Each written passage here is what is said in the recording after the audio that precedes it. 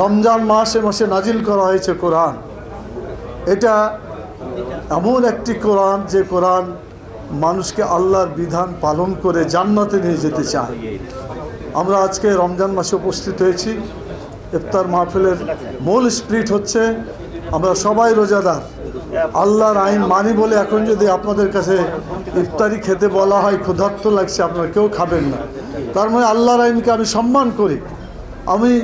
আমাকে কেউ যদি মেরেও ফেলে তাও আমি রোজা ছাড়বো না। তার মানে হচ্ছে এই, আমি জীবন দিতে পারি কিন্তু আল্লাহর আইন লঙ্ঘন করতে পারি না।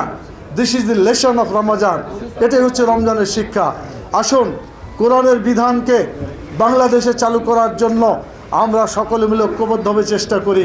যেমন একসাথে রোজা রেখেছি, একই সাথে মানব রচিত মতবাদকে বাংলাদেশের জমিন থেকে চিরদিনের জন্য উচ্ছেদ করে দিয়ে কোরআনের আইনকে চালু করতে হবে বাংলাদেশে। আজকে যদি এটা করতে পারি, আজকে ইফতার মাহফিল সার্থক হবে। খেলাফত মজলিসের খেলাফতের যে আন্দোলন সেটা বিজয় লাভ করবে ইনশাআল্লাহ। ব্রেকফাস্ট, টিফিন কিংবা স্ন্যাক টাইমে মজাদার আয়োজন মানে অল টাইম ব্রেড। দ্বিতীয় কথা যেটা বলতে চাই, সবাই ঐক্য চেয়েছেন, আল্লাহ তো ঐক্যের কথাই বলেছেন, ওয়াতাসিমু বিহাবলিল্লাহি জামিআন ওয়া লা তাফাররাকু। তোমরা আল্লাহর আইনকে ঐক্যবদ্ধভাবে ধারণ করো, তোমরা আলাদা হয়ে যেও না।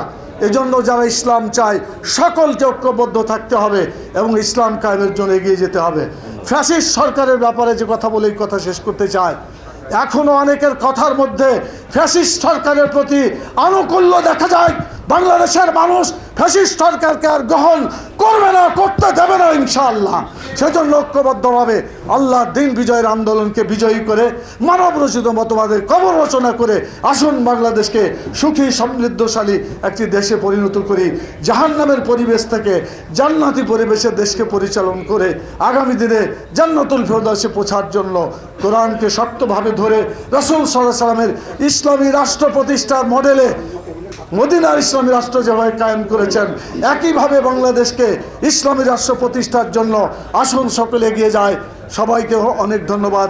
যারা ঐক্যের কথা বলেছেন তারা সকলেই জিন্দাবাদ। আসসালামু আলাইকুম ওয়া রাহমাতুল্লাহ।